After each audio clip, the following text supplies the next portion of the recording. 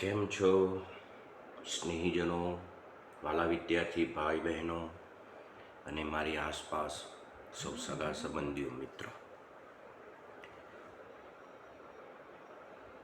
ચોમાસાએ અણધારી રજા આપી દીધી અને શનિવાર પછી રવિવાર, અને આ રજાનો સરસ ઉપયોગ કર્યો લખવામાં. અને જ્યારે હું લગભગ 11માની આજુબાજુ, 10મા 11માની આજુબાજુ હતો, અને ત્યાર પછી કોલેજ, ત્યારે ખેતી પણ કરતા. પપ્પાની સાથે અમે પણ ખેતી કરતા. અને પપ્પાની જે ખેતી કરવાની પદ્ધતિ હતી એ આખી અલગ હતી. પોતે બહુ સંઘર્ષ કર્યો છે જીવનમાં. કોઈક વાર વાત કરીશું એમના સંઘર્ષની. પોતે એક પ્રાથમિક ટીચર હતા અને ત્યાંથી લઈને તે આખા જીવનમાં એમને જે સંઘર્ષો કર્યા છે ને એ અવિસ્મરણીય છે. એની તુલના ક્યારેય ના થઈ શકે. અને સાચું કહું તો અમારી પેઢીને જો કોઈ આજે જે મુકામે પહોંચાવ્યું છે એના મૂળમાં પપ્પા છે. અને એમને જે સંઘર્ષ કર્યો એના કારણે અત્યારે અમે જ્યાં છીએ ત્યાં સુખી છીએ. એમને વંદન કરતો, અને ખરેખર કહું તો એમના વિચારોથી હું પ્રભાવિત થયો છું. અને એમની જે સલાહ સૂચનો છે આ લખવામાં પણ ઘણા બધા કામ આવે છે. જ્યારે હું લખવા બેસું ત્યારે ઘણી વખતે એમની ટીખરો, એમની સલાહો, એમને આપેલી જીવન જીવવાની રીતો ઘણું બધું કામમાં આવે છે. અને એ વખતના જમાનામાં આઈ થિંક 90, 80, 2000ની આજુબાજુ, આઈ થિંક 2005ની આજુબાજુ, જ્યાં સુધી બટાકા નહોતા આવ્યા. અને બટાકાનો પ્રવેશ થયા પછી તો આખી પરિસ્થિતિ બદલાઈ ગઈ. પણ બટાકા અમારા ગામમાં નહોતા રોપાતા ત્યારે વરિયાળીનું ગઢ ગણાતું ગઢવાડ. વરિયાળી એટલી પુષ્કળ વવાય કે ન પૂછો. અને તમે વરિયાળીની સિઝનમાં દિવાળીની આજુબાજુ આવો ને તો ખરામાં એકલી વરિયાળી જ ના ઢગલે ઢગલા હોય ને કૂતરા એમાં આરોટતા હોય. તમે અત્યારે જે મુખવાસ માટે લાવો છો ને એટલી વરિયાળી તો રસ્તામાં ધૂળમાં દટાઈ જતી. અને પછી પેલા લોકો આવે, જે ગરીબ લોકો, એ ઉનાળે આવે એટલે વરિયાળીનો જે પાડો હોય અથવા વરિયાળી જે માટીમાં ભેગી થઈ હોય એને ઉપણીને 5 થી 6 મણ વરિયાળી ભેગી કરતા. એવો જમાનો હતો મારા ગામની અંદર વરિયાળીનો. અને પછી ઊંઝાના વેપારીઓ પછી ધામા નાખે કે ભાઈ અમારા ત્યાં તમે વરિયાળી વેચવા આવજો. તો મારે વરિયાળીનો જે સમય હતો એ યાદ કરાવો છે. અને એ વખતનું જે જીવન હતું એ યાદ કરાવવું છે. અને એના ઉપર એક કવિતા લખી છે મેં. ગામના જે મારી સાથે જોડાયેલા, મારા ફેમિલી સાથે ને ગામની આજુબાજુના જોડાયેલા જે કંઈ મિત્રો છે અને જે કંઈ પડોશીઓ છે એમના તો સારી રીતે સમજ્યા છે. પણ એ સિવાય મારી સાથે જોડાયેલા જે મિત્રો છે, વિદ્યાર્થી ભાઈ બહેનો છે, એમને આ કવિતા સમજાવવા માટે એક પૂર્વ ભૂમિકા મેં બાંધી છે, જેથી કરીને એમને ખબર પડે કે વરિયાળી વાવતા ત્યારે કેવું હતું ને અત્યારે બટાકાના સ્ટોરેજ ભરી ભરીને પણ આપણે શું મેળવ્યું, એ બહુ જ અગત્યની વસ્તુ છે. એટલે એક કવિતા હું આપ સૌ સમક્ષ રજૂ કરું છું, પઠન કરું છું. કવિતાનું શીર્ષક છે આંધ્રે દર્યું ને કૂતરે ખાધું. આંધ્રે દર્યું ને કૂતરે ખાધું. રચના એ જ શબ્દ મુકેશ ગઢવાડી. ગઢવાડી એટલા માટે કે હું ગઢવાડ ગામનો છું અને આ ગામને એક ઓળખ આપવી છે મારે, અને એ ઓળખ આપવા માટે મેં ગઢવાડી નામ રાખ્યું છે. કેમ કે માણસ ગમે ત્યાં જાય, પોતાની ભૂમિ, પોતાની માટી, પોતાની જન્મભૂમિ એને ક્યારે જે છે ભૂલતો નથી. પેલું કહે છે ને કે ઊંટ મરે તો એ મારવાડ હામું જોવે, હે ને? એટલે જન્મની તો જન્મભૂમિ છે સાહેબ, એના ઉપકારો એ ક્યારે ન વિસરી શકાય, ભલે ને તમે ગમે ત્યાં હો. તો ફરીથી કવિતાનું શીર્ષક છે આંધ્રે દર્યુંને કૂતરે ખાધું. શ્રાવણના સરવૈયે રૂપિયા વરિયાળીના ધરું ખોબે ખોબા ભરીને. શ્રાવણના સરવૈયે રૂપિયા વરિયાળીના ધરું ખોબે ખોબા ભરી ભરીને. ત્યારે શ્રાવણનો સરવૈયો, હજુ શ્રાવણ શરૂ નથી થયો, પણ અષાઢી માહોલ પણ સરવૈયા એટલે એને હેલી કે સતત 4-5 દિવસ વરસાદ રહે અને ઉનાળે ધરું નાખેલા હોય એટલે ધરું મોટા મોટા થઈ ગયા હોય. પછી આ શ્રાવણ કે અષાઢની અંદર 5-6 દિવસ વરસાદ સતત પડે એટલે ખેતરમાં અમે વરિયાળીના ધરું રોપતા. એટલે કહે છે કે શ્રાવણના સરવૈયે રૂપિયા વરિયાળીના ધરું ખોબે ખોબા ભરીને. ભાદરવે કરી ડૂલ કોદારીના ખાડા કરી કરીને. પછી એ શ્રાવણે રોપ્યા હોય ને ભાદરવાની ગરમીમાં ડૂલો પડે એટલે એક છોડ રૂપિયો વચ્ચેથી નીકળી જાય તો એને પૂરવા માટે એને ડૂલ કે ગામડામાં. તો એ ગામડામાં પપ્પા પછી ડૂલ કરાવે, કેમ કે ધરું મોટું થઈ ગયું હોય એટલે એના મૂળિયા બહુ મોટા હોય, લોબા હોય, એટલે પછી હાથેથી રૂપે તો કામ ના આવે. એટલે પછી કોદારીનો ખાડો કોડાવી અને એને પછી ધરું રોપાવતા. એટલે કહે છે કે ભાદરવે કરી ડૂલ કોદારીના ખાડા કરી કરીને. અધૂરું હતું ત્યાં તો રાત્રે રોપી ઘાસલેટના દીવા કરી કરીને. મને યાદ છે, અને મોટાભાઈને પણ, મોટાભાઈએ ઇન્દ્રવદનભાઈએ ને પણ એમની ખાસ જીદ હોય કે ચલો રાત્રે પણ આપણે વરિયાળી રોપીએ. એમને પણ બહુ સંઘર્ષો કર્યા છે જીવનમાં અને ઘણું બધું મહેનત કરી છે અમારા કુટુંબ માટે, એ પણ ન ભૂલાય. તો એમની યાદ છે કે એ વખતે રોગનની જે દવા લાવતા ને એની જે એલ્યુમિનિયમની શીશી આવતી, અને શીશીમાં પછી દિવેટ મૂકીને ઘાસલેટ ભરી અને રાત્રે પછી જેટલા હોય એટલા બધાના દીવા હોય દરેકની સાથે, અને પછી રાત્રે લાઇટ આવતું ત્યારે 3 ફેઝ લાઇટ રાત્રે આવતું. એટલે પછી કે ચલો ના, કે આપણે રાત્રે જ રોપીએ. તો દિવસે ખાડા પૂરી દીધા હોય અને પછી દરેકના હાથમાં એક હાથે ઘાસલેટ હોય, એક હાથમાં વરિયાળીનું ધરું હોય, ને પછી એને એટલા માટે કહે છે કે અધૂરું હતું ત્યાં રાત્રે રોપી ઘાસલેટના દીવા કરી કરીને.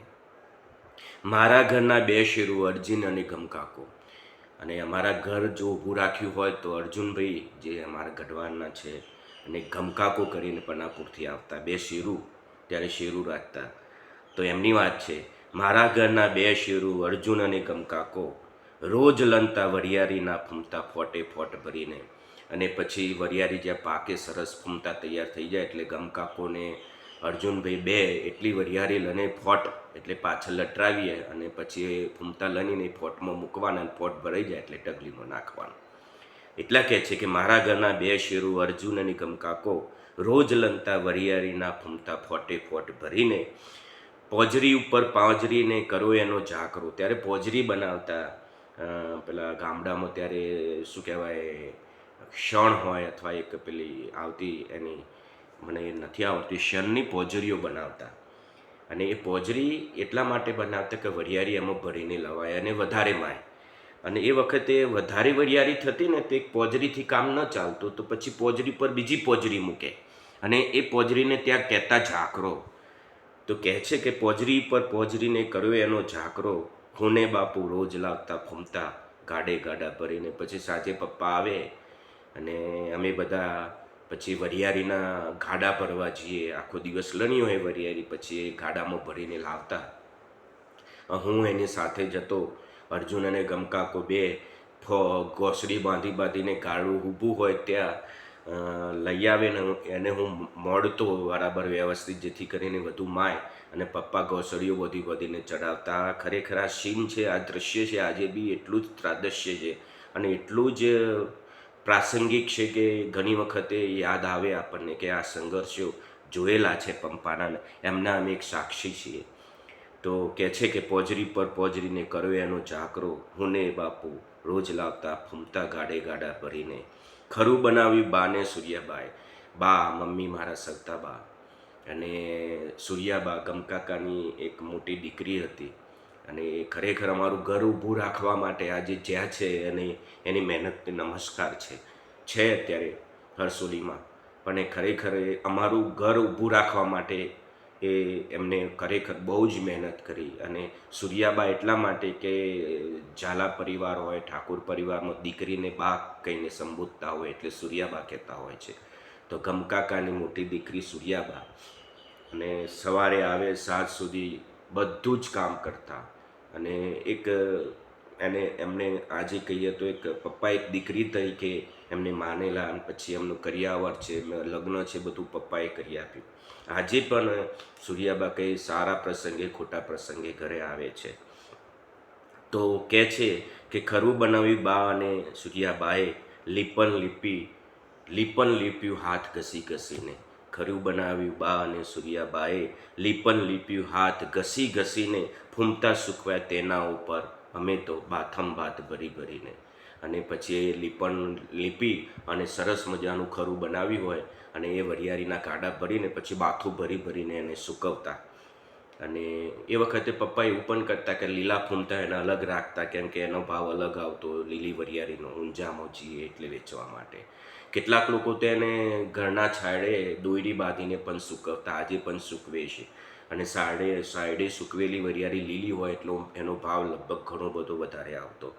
તો ફરીથી કહું છું કે ખરું બનાવ્યું બા અને સૂર્યાબાએ લીપ્યું હાથ ઘસી ઘસીને, ફૂમતા સૂકવ્યા તેના ઉપર બાથમ ભાત ભરી ભરીને.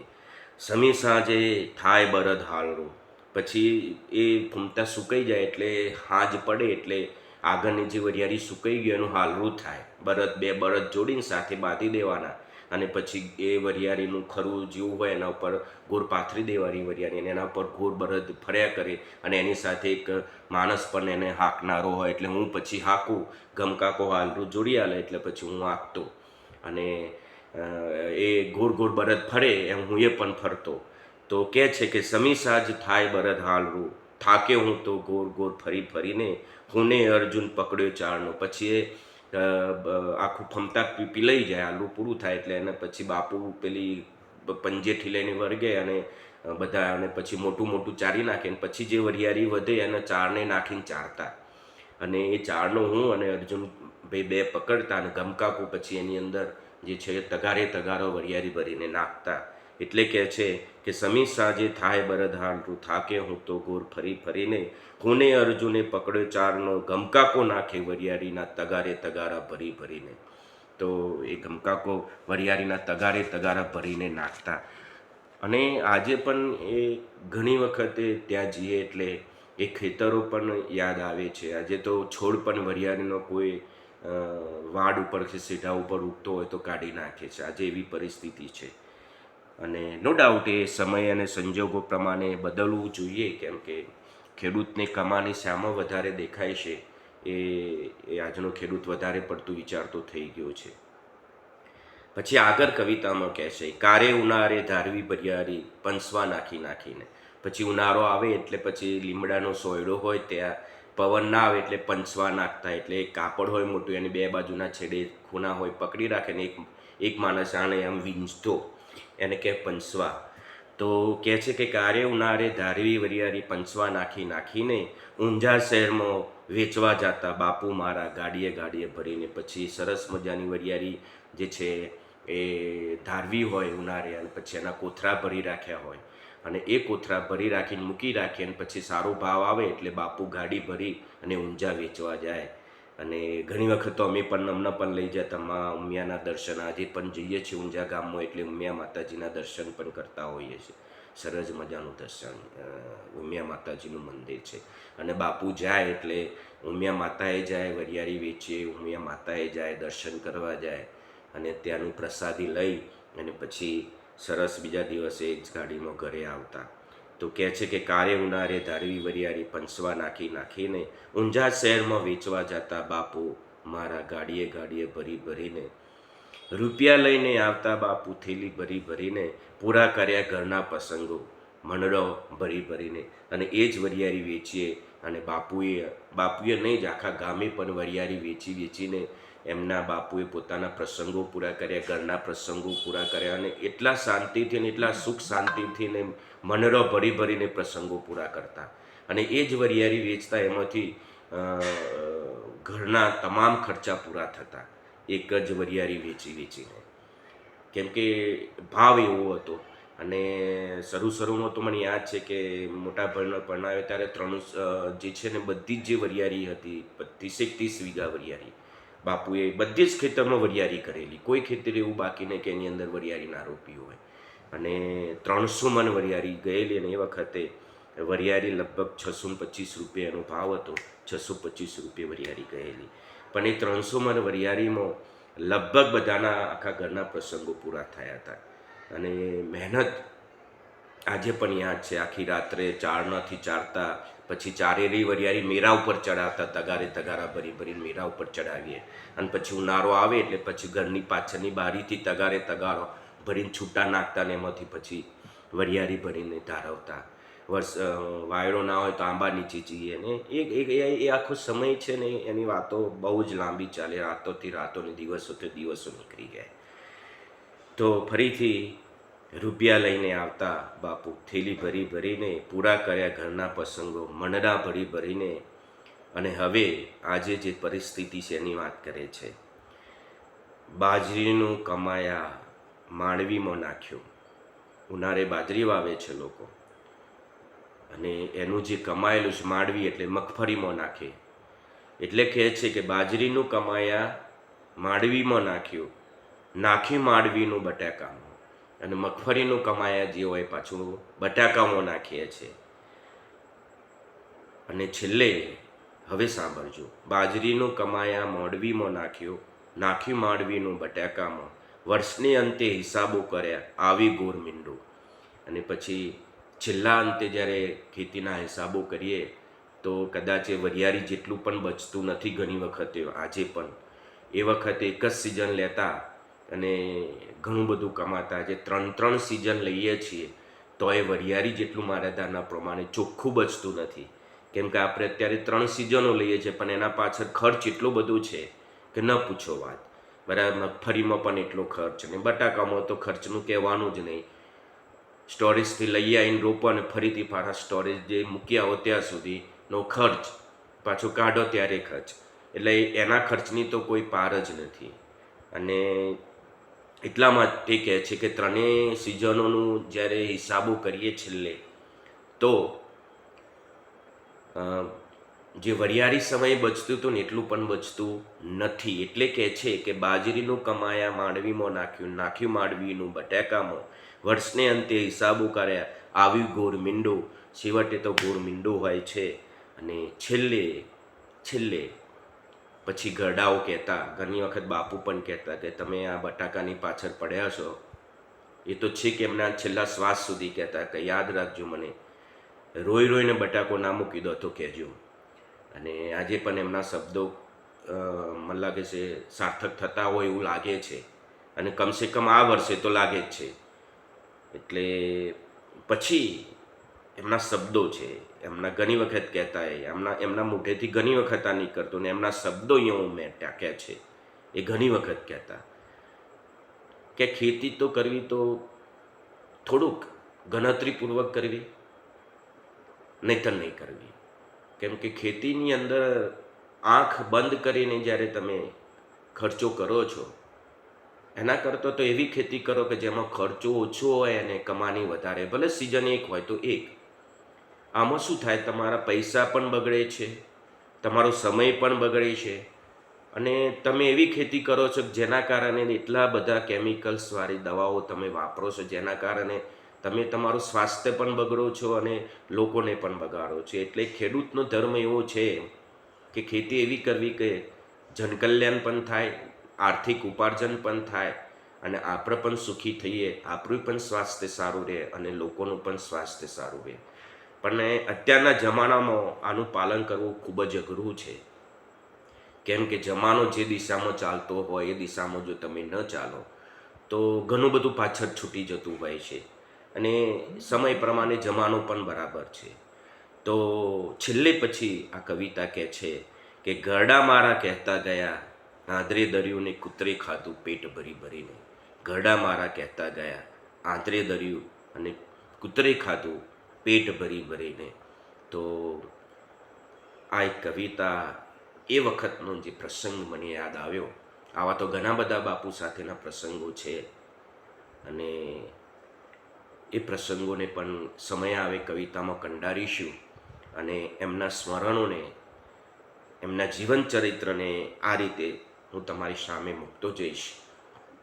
કેમ કે એમનો તો સંઘર્ષ દરેક ડગલે ને પગલે હતો, એ હું પણ જાણું છું ને બધા પણ જાણે છે. એમનું દરેક પગલું સંઘર્ષથી ભરેલું હતું, અને એના અમે સાક્ષી છીએ, હું અને મને કુટુંબને મારું ગામ પણ. અને સરસ આજે પણ એ ફોટાને અમે દિવાલ પર જોઈએ છીએ ત્યારે એમનું આખું જીવન ચરિત્ર એક પિક્ચરની માફક, ફિલ્મની માફક આખું જીવન ચરિત્ર યાદ આવતું હોય છે. તો આ કવિતા જે છે હું મારા બાપુ, ભલા બાપાને, મારા બાપુને અર્પણ કરું છું, અને આ જ રીતે આપને યાદ કરવાનો પ્રયત્ન કરું છું. અને એવું લાગે છે કે તમારા શબ્દો હવે અહીંયા પ્રાસંગિક થતા લાગે છે. બધાને વંદન. ફરીથી કહું છું, આપ મને જે સમય આપો છો, અને જે કંઈ જેટલા પણ છે એ મને સાંભળે છે, સબસ્ક્રાઈબ કરે છે મારી યુટ્યુબ ચેનલને લવ યુ જિંદગીને. હવે તો એની લિંક પણ મેં કોપી લિંક પણ તમને મોકલી છે, અને તમે સબસ્ક્રાઈબ કરી શકો છો. તો ફરીથી આપ સૌને વંદન. અને આજે હું સ્ટેટસ ઉપર એક તુષાર શુક્લની એક સરસ કવિતા શેર કરી છે. અને તુષાર શુક્લ જે છે, સામાજિક વ્યવસ્થા અને કૌટુંબિક વ્યવસ્થા કેવી હોવી જોઈએ, અને એક કુટુંબની અંદર, એક ફેમિલીની અંદર, અને એક સંયુક્ત કુટુંબમાં દરેક પાત્રની શું ભૂમિકા હોય છે, અને કેવી રીતે દરેકે જીવવું જોઈએ, એના એક સરસ રચનાકાર છે. અને એમને બે જે રચનાઓ છે મને ખૂબ જ ગમે છે મને. એક રચના છે કે દરિયાના મોજા કઈ રેતીને પૂછે તને ભૂંજાવું ગમશે કે કેમ. દરિયાના મોજા કઈ રેતીને પૂછે છે તને ભીંજાવું ગમશે કે કેમ, એમ પૂછીને ન થાય પ્રેમ. એક આ સરસ રચના એમની. અને એક બીજી રચના છે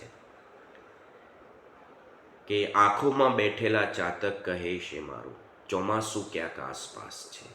આંખોમાં બેઠેલા ચાતક કહે છે મારું ચોમાસું ક્યાંક આસપાસ છે. ગાલો પર લજ્જાને લાલી ફૂટ્યાનું કોઈ કારણ પૂછે તો બહુ ખાસ છે, મારું ચોમાસું ક્યાંક આસપાસ છે. તુષાર શુક્લ. અને આજે સરસ એમની એક કવિતા ગમી જે મેં તમને શેર કરી છે. આભાર. Have a nice life. ખૂબ જ સરસ જિંદગી છે, અને સરસ જીવો. Thank you very much.